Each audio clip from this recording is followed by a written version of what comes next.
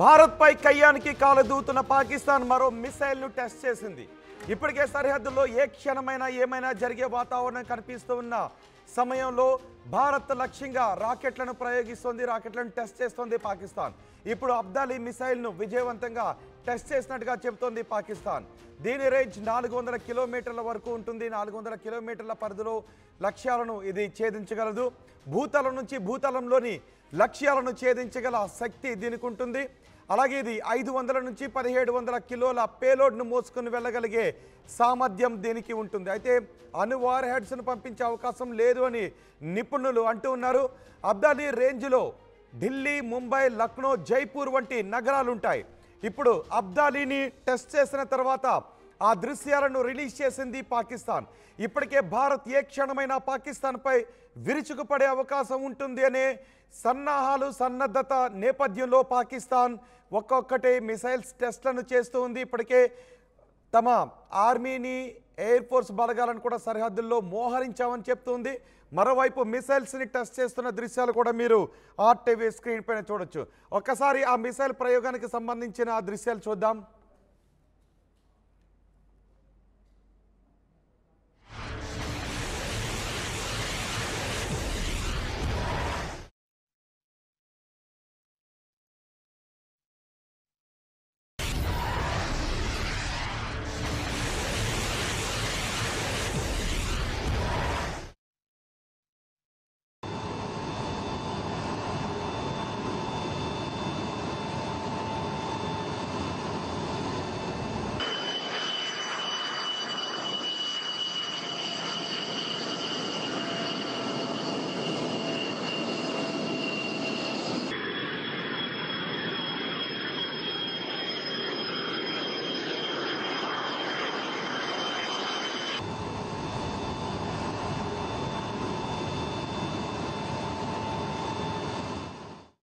యుద్ధ భయంతో పాకిస్తాన్ ఇంకా తోక జాడిస్తూనే ఉంది. మిసైల్స్ టెస్ట్లు చేస్తోంది. పాకిస్తాన్కి పూర్తి నమ్మకంలో ఉంది భారత్ ఏ క్షణమైనా తమపై దాడి చేస్తుందని, భారత్ ఏ క్షణమైనా తమపై ప్రతీకారం తీర్చుకుంటుందని.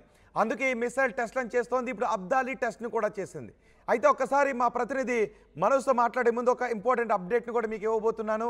ఒకవేళ భారత్ పైకి ఈ మిసైల్ను ప్రయోగించిన మన దగ్గర వీటిని నిర్వీర్యం చేసే వ్యవస్థలు కూడా మన దగ్గర ఉన్నాయి. Prithvi anti missile defence system కూడా మన దగ్గర ఉంది. అలాగే advanced air defence, Prithvi air defence system మన దగ్గర ఉంది. అలాగే అడ్వాన్స్డ్ ఎయిర్ డిఫెన్స్ సిస్టమ్ కూడా మన దగ్గర ఉంది. అలాగే S-400 ఇది రష్యా నుంచి దిగుమతి చేరుకున్న ఎయిర్ డిఫెన్స్ సిస్టమ్. ఇవి ఎయిర్ డిఫెన్స్ సిస్టమ్ ఇవి మన దగ్గర ఉన్నాయి. వీటి సాయంతో కొన్ని కిలోమీటర్ల దూరంలోనే, చాలా ఎత్తులోనే వీటిని మనం దారి మళ్లించే అవకాశం ఉంటుంది. లేదంటే మార్గ మధ్యలోనే వీటిని పేల్చేసే అవకాశం కూడా ఉంటుంది. అయినప్పటికీ కూడా మేము ఎక్కడ తగ్గడం లేదు అనే సంకేతాలు ఇవ్వడానికి పాకిస్తాన్ ఇప్పుడు ఈ టెస్టులు జరుపుతూ ఉంది. మా ప్రతినిధి మనోజ్ ఉన్నారు పూర్తి సమాచారం అందించడానికి. మనోజ్, ఇప్పుడు పాకిస్తాన్ ఇంకా మిసైల్ టెస్టులు జరుపుతూ ఉంది. పాకిస్తాన్ జరుపుతున్న ఈ టెస్ట్లను ఎలా చూడాలి? అసలు అబ్దాలీ గురించి మీ దగ్గర ఉన్న సమాచారం ఏంటి? రోహిత్, నిన్నే మనం ఉత్తరప్రదేశ్ లో గంగా ఎక్స్ప్రెస్ వే అనేది ఒకటి ఏర్పాటు చేస్తున్నాం. అక్కడ ఎయిర్ క్రాఫ్ట్ లాంచ్ అవ్వచ్చు, టేక్ ఆఫ్ అవ్వచ్చు. 3.5 కిలోమీటర్ల పొడుగున్నటువంటి ఒక రన్వేని ఏర్పాటు చేసుకున్నాం. సో అది సరిపోతుంది. అంటే ఇటు భారత్ వైపు నుంచి ఎటువంటి విధంగా అలర్ట్స్ వస్తున్నాయి అనేదాన్ని చూస్తూ వాళ్ళు కూడా మేము మాత్రం తీసిపోము అని చెప్పి కొన్ని ప్రయోగాలు చేస్తూ ముఖ్యంగా అక్కడి ప్రజల్లో కొంత బిలీఫ్ ని క్రియేట్ చేయడం కోసం, అక్కడ ప్రజల్లో కొంత మేము కూడా పవర్ఫుల్ గా ఉన్న నమ్మకాన్ని క్రియేట్ చేయడం కోసం ఇటువంటి ప్రయత్నాలు అనుకోవాలి. సో బహుశా ఇవన్నీ కూడా ఒక మేకపోతు గాంభీర్యాలుగానే మనం మొదటి నుంచి చెప్తున్నా, నిజంగా అదే అనుకోవాలి రోహిత్. ఎందుకంటే ఒకవేళ నిజంగానే వాళ్ళు ప్రయోగించినా కూడా మన దగ్గర ఉన్నటువంటి టెక్నాలజీ, లేటెస్ట్ టెక్నాలజీ ఎటువంటి విధంగానంటే అక్కడ వాళ్ళు ప్రయోగించినటువంటి ఒక కొన్ని సెకండ్లోనే అవసరమైతే పాకిస్తాన్ లోనే వాటిని డిస్మాంటిల్ చేయొచ్చు, అక్కడనే డిఫ్యూజ్ చేయొచ్చు. అటువంటి టెక్నాలజీ భారత్ దగ్గర ఉన్నట్టుగా ఇండియన్ ఆర్మీ చెప్తోంది. చెప్పడమే కాదు, మనం రియల్ గా చూసుకున్నా కూడా మన దగ్గర అగ్ని అనేటువంటి ఒక మిసైల్ ఉంది. అది 700 నుంచి 1250 కిలోమీటర్ల రేంజ్ దాన్ని. అగ్ని 2 2000 నుంచి 3000, తర్వాత అగ్ని 3 3000 రేంజ్, అగ్ని 4 4000 రేంజ్, అగ్ని 5 5000 రేంజ్. అంటే ఇవన్నీ చూస్తుంటే 5000 రేంజ్ అంటే పాకిస్తాన్ దాటిపోయి వేరే ఒక ప్రాంతంలో కూడా మనం మిసైల్ ప్రయోగం, అంటే భూభాగానికి సగం దూరం వరకు కూడా ప్రయోగించేటువంటి మిసైల్స్ మన దగ్గర ఉన్నాయి. సో దీని డిఫ్యూజర్స్ విషయానికి వస్తే కనుక అడ్వాన్స్డ్ ఎయిర్ డిఫెన్స్ అనేది ఒకటి మన దగ్గర ఉంది. Endo atmospheric anti ballistic missile అది. సో దాన్ని అంటే ఇది యాంటీ బ్యాలిస్టిక్, అంటే ఒకవేళ బ్యాలిస్టిక్ మిసైల్ అటువైపు నుంచి ప్రయోగం జరిగినా కూడా దాన్ని ముందుగానే డిఫ్యూజ్ చేయగల శక్తి, డిస్మాంటిల్ చేయగల శక్తి మన భారత ఆర్మీ దగ్గర ఉంది. మనం బహుశా ఇప్పుడు చెప్పడం కొంత అత్యుత్సాహం అవుతుందేమో, కానీ మన దగ్గర లేటెస్ట్ టెక్నాలజీ లేటెస్ట్ గా మోదీ ప్రభుత్వం వచ్చిన తర్వాత 2016లో బహుశా అనుకుంటే అప్పుడు ఒకటి లేజర్ టెక్నాలజీని ఇంప్లిమెంట్ చేయడం జరిగింది. ఆ లేజర్ టెక్నాలజీ ద్వారా అక్కడ స్టార్ట్ అయ్యేటువంటి మిషన్ ఏదైతే మిసైల్స్ ఉన్నాయో అవన్నీ కూడా త్రూ కమ్యూనికేషనే డైరెక్ట్ గా ఈ టార్గెట్ లో ఈ లొకేషన్ లో మిసైల్స్ అవన్నీ కూడా. సో వాటిని డిఫ్యూజ్ చేయగల శక్తి ఇక్కడ ఉంది. ఎలక్ట్రిక్ సర్క్యూట్స్ ని అక్కడ ముందస్తుగా ప్రయోగించక మునిపే ఆ ఎలక్ట్రిక్ సర్క్యూట్స్ ని కూడా దెబ్బతీసేటువంటి శక్తి భారత్ దగ్గర ఉంది. సో పాకిస్తాన్ కేవలం ఏంటంటే మన భారత్ అలర్ట్ అవుతోంది, భారత్ అన్ని రకాలుగా సంసిద్ధంగా ఉంది, అష్టదిగ్బంధనం చేసి పాకిస్తాన్ అష్టదిగ్బంధనం చేసేసింది, అటు నీటి పరంగా దెబ్బ పేల్చింది, ఆర్మ్స్ పరంగా సంసిద్ధంగా ఉంది. ఇక్కడ ఇంట్రెస్టింగ్ గా ఆర్థిక పరమైనటువంటి అంశాల్లో కూడా దెబ్బతీసింది. ఏం జరిగిందనంటే భారత్ అన్ని రకాలుగా పాకిస్తాన్ అనేది ఒక టెర్రర్ కంట్రీ అనేది దేశం ముందు ఉంచే విధంగా ఎఫ్టిఎఫ్ అంటే ఫైనాన్షియల్ టాస్క్ ఫోర్స్ అనేది ఒకటి ఉంటుంది. ఈ ఎఫ్టిఎఫ్ అనే దగ్గర పూర్తి స్థాయిలో పాకిస్తాన్ అనేది ఒకటి దాన్ని నిందితుడిగా చేసి చూపిస్తే గనక ఇక రేపటి రోజున భవిష్యత్తులో ప్రపంచ బ్యాంక్ నుంచి కానివ్వండి, ప్రపంచ స్థాయిలో ఇచ్చేటువంటి ఫైనాన్స్ ఇన్స్టిట్యూషన్స్ కానివ్వండి, పాకిస్తాన్ కి ఒక్క రూపాయి కూడా అడ్డు రాకుండా ఉండేటువంటి అవకాశం ఉంటుంది. దానికి అన్ని రకాల సంసిద్ధత చేసి పెట్టింది ఇప్పటికే భారత్.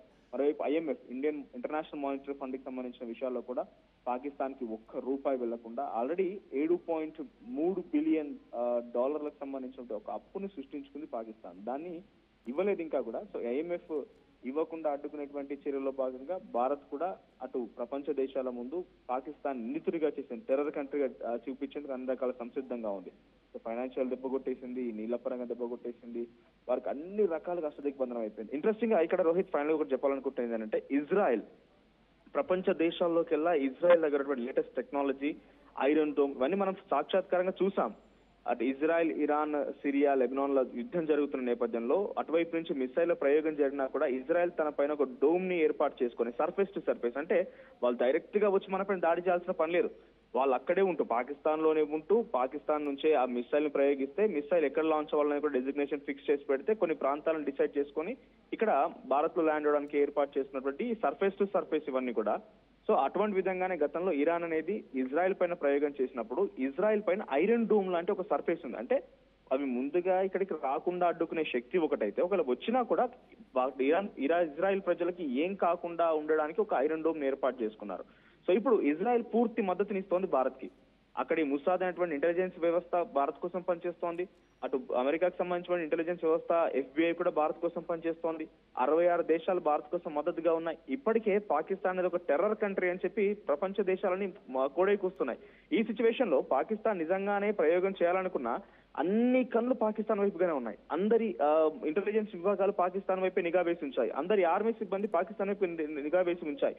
ఈ సిచ్యువేషన్ లో పాకిస్తాన్ ప్రయోగించే అవకాశం ఉంది అని ఆలోచించే లోపే ఈ దేశాలని ముప్పెటగా భారత్ కి సపోర్ట్ ఇచ్చి భారత్ నుంచి అటాక్ చేయిస్తే గనక పాకిస్తాన్ పూర్తిగా కూడా ఖండాలుగా పూర్తిగా ముక్కలవడం ఖాయంగా కనబడుతోంది. అటువైపు నుంచి ఈ రోజు ప్రయోగించిన కొన్ని మిసైల్ విషయానికి వస్తే ఇందాక మీరు అంటున్నట్టుగా 450 నుంచి 500 కిలోమీటర్ రేంజ్ గల మిసైల్స్. అంటే నిజంగా ఒకవేళ కనుక అటు లాహోర్ నుంచి ఆ ప్రాంతం నుంచి కనుక ప్రయోగించాల్సి వస్తే, ఫంక్తుంక్వాల్ నుంచి ప్రయోగించాల్సి వచ్చినా కూడా సుమారుగా అంటే ఇక్కడ మనం కొంత ప్రజల్ని తప్పుదో పట్టించడం కాదు, ఒకవేళ ప్రయోగించాల్సి వస్తే పాకిస్తాన్ కనుక ఢిల్లీ, జైపూర్, గుజరాత్ ఈ ప్రాంతాల్లో కొంత ఎఫెక్ట్ చూపించే అవకాశం ఉంటుంది. కానీ I strongly say Indian people కి మనందరం చెప్పాల్సిన ఒక అంశం ఏంటంటే మన దగ్గర యాంటీ బాలిస్టిక్ మిసైల్స్ ఉన్నాయి. అవి ప్రయోగం జరగక ముందే వాటిని మనం పూర్తిగా కిల్ చేసేటువంటి శక్తి భారత్ దగ్గర ఉంది.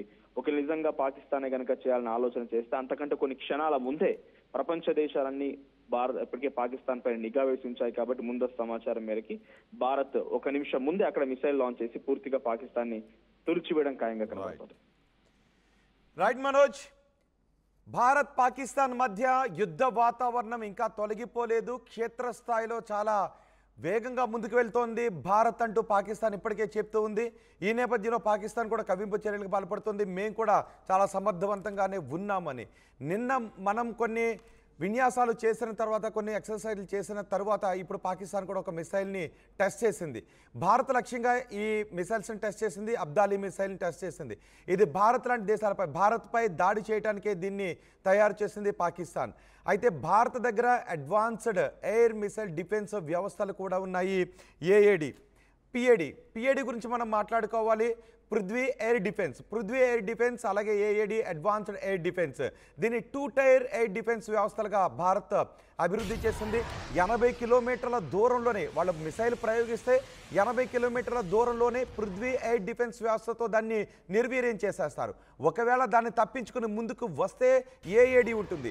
ఏఏడి ఏం చేస్తుందంటే ఒకవేళ 30 కిలోమీటర్ల దగ్గరకు వచ్చేసినా కూడా 30 కిలోమీటర్ల లోపల కూడా ఆ మిసైల్ని ఛేదించగలుగుతుంది, దాన్ని పేల్చివేయగలుగుతుంది, దారి తప్పించగలుగుతుంది. సో అడ్వాన్స్డ్ ఎయిర్ డిఫెన్స్ వ్యవస్థ కూడా ఉంది. ఇంకా చెప్పాలి అంటే మనం S-400 400 కిలోమీటర్ల దూరంలో ఉన్న మిసైల్ని కూడా మనం ఇక్కడ నుంచే దాన్ని దారి తప్పించవచ్చు, దాన్ని ఛేదించవచ్చు, దాన్ని పేల్చేయచ్చు. అలాంటిది S-400 దాన్ని మనం రష్యా నుంచి కొనుగోలు చేసాం. ఇలాంటి యాంటీ మిసైల్ డిఫెన్స్ వ్యవస్థలు మన దగ్గర ఉన్నాయి. కాబట్టి పాకిస్తాన్ ఇప్పుడు భయపడుతూనే మా దగ్గర కూడా ఆయుధాలు ఉన్నాయి అంటూ ఈ టెస్ట్లు చేస్తోంది. అబ్దాలీ మిసైల్ను విజయవంతంగా ప్రయోగించామని చెప్తోంది. దీని రేంజ్ కూడా 400 కిలోమీటర్ల రేంజ్ ఉంటుంది. 400 కిలోమీటర్ల పరిధిలో టార్గెట్స్ని ఛేదించగలుగుతుంది. భూతలంలోని లక్ష్యాలను ఇది ఛేదించగలుగుతుంది. చిన్న డిస్టెన్స్లు ఇది ఛేదించగలుగుతుంది. అలాగే 500 కిలోల వరకు పేలోడ్స్ని కూడా ఇది మోసుకు వెళ్ళగలుగుతుంది. కానీ అణు వార్ హెడ్స్ని పంపించే అవకాశం లేదని నిపుణులు అంటున్నారు. అబ్దాలీ రేంజ్లో మహా అయితే ఢిల్లీ, ముంబై, లక్నో, జైపూర్ లాంటి నగరాలు ఉంటాయి. కానీ దాన్ని ప్రయోగిస్తే Prithvi air defence, advanced air defence లేదా S-400 రష్యా నుంచి మనం దిగుమతి చేసుకున్నది. ఈ మిసైల్ డిఫెన్స్ వ్యవస్థలతో మనం వాటిని నిర్వీర్యం చేసే అవకాశం ఉంటుంది. అందుకే పాకిస్తాన్ కేవలం మేకపోతు గాంభీర్యాన్ని ప్రదర్శించడానికి మాత్రమే వీటిని టెస్ట్ చేశామని చెప్తోంది. సో పాకిస్తాన్ చేస్తున్నటువంటి ఈ టెస్ట్లపై మీరే అనుకుంటున్నారు? మీ అభిప్రాయాన్ని కామెంట్ బాక్స్లో తెలియచేయండి. ప్రపంచంలో ఏ మూల ఏ క్షణం ఏం జరుగుతుందో వేగంగా తెలుసుకోవడానికి తొలి వెలుగు వాట్సాప్ ఛానల్ని ఫాలో చేయండి.